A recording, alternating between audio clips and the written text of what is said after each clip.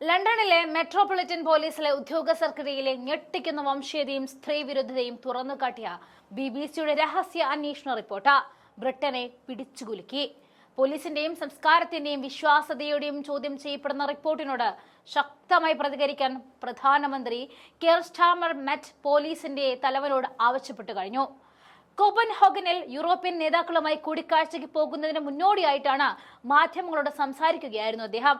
ഞാനിതുവരെ ദൃശ്യങ്ങൾ കണ്ടിട്ടില്ല എന്നും പക്ഷേ തനിക്ക് അതിനെക്കുറിച്ച് വിവരം ലഭിച്ചുവെന്നും അത് ഞെട്ടിക്കുന്നതുമാണെന്നുമാണ് അദ്ദേഹം വെളിപ്പെടുത്തിയത്.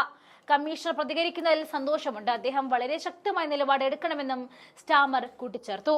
BBC പനോരമ ഡോക്യുമെന്ററിക്ക് പിന്നിൽ പ്രവർത്തിച്ച റിപ്പോർട്ടർ റോറി ബിബ് 7 മാസക്കാലം ലണ്ടനിലെ മധ്യഭാഗത്തുള്ള ചാരിങ് ക്രോസ് പോലീസ് സ്റ്റേഷനിലെ കസ്റ്റഡി ഡ്യൂട്ടിയിൽ ഒരു സാധാരണ ഡിറ്റൻഷൻ ഓഫീസറുടെ വേഷത്തിൽ രഹസ്യമായി പ്രവർത്തിച്ചു.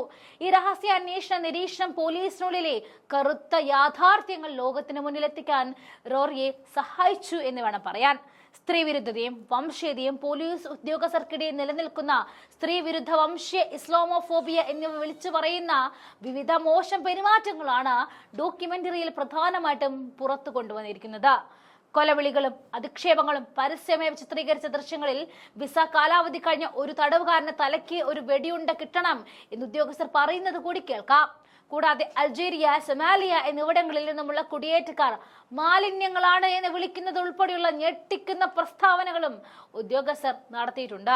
ബലാത്സംഗ ആരോപണങ്ങളോടുള്ള നിസ്സംഗത, കസ്റ്റഡിയിലിരിക്കെ ബലം പ്രയോഗിക്കുന്നതിൽ ആഹ്ലാദിച്ചിരുന്ന ഉദ്യോഗസ്ഥർ, ബലാത്സംഗ ആരോപണങ്ങളെ പോലും വളരെ നിസ്സാരമായി തള്ളിക്കളയുന്ന രീതിയും റിപ്പോർട്ടിൽ വെളിപ്പെട്ടു.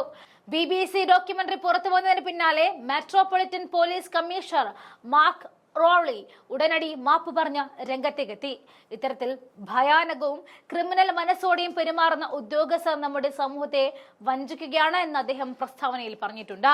ഈ പരിപാടിയിൽ ചിത്രീകരിച്ചിട്ടുള്ള പെരുമാറ്റം തികച്ചും അപലപനീയവും അസ്വീകാര്യവുമാണ് എന്നാണ് അദ്ദേഹം പറഞ്ഞത്. കണ്ടെത്തലുകൾക്ക് പിന്നാലെ കമ്മീഷൻ ശക്തമായ നടപടിയെടുത്തു എന്നും ഡോക്യുമെന്ററി ലൈവായി വന്നതിന് ശേഷം ചാരിങ് ക്രോസ് പോലീസ് സ്റ്റേഷനിലെ കസ്റ്റഡി ടീമിനെ പൂർണ്ണമായും പിരിച്ചുവിട്ടു എന്ന് അദ്ദേഹം അറിയിച്ചിട്ടുണ്ട്. ഈ സംഭവം മെറ്റ് പോലീസിന്റെ പ്രതിച്ഛായക്ക് ഏറ്റ കനത്ത പ്രഹരമാണ്. ജനതയുടെ ജീവനും സ്വത്തും അഭിമാനവും സംരക്ഷിക്കേണ്ട പോലീസ് സേന ഇത്തരത്തിൽ അധപ്പതിക്കുന്ന കാഴ്ച ഭയാനകമാണ്. പോലീസ് സേനയിലെ ഈ ജീർണത വെളിച്ചത്ത് കൊണ്ടുവരാൻ BBC കാണിച്ച ധീരതയും എടുത്തു പറയേണ്ടത് തന്നെയെന്ന് അദ്ദേഹം പറഞ്ഞു. തികച്ചും അഭിനന്ദനമാണ് BBC കിട്ടിയത്.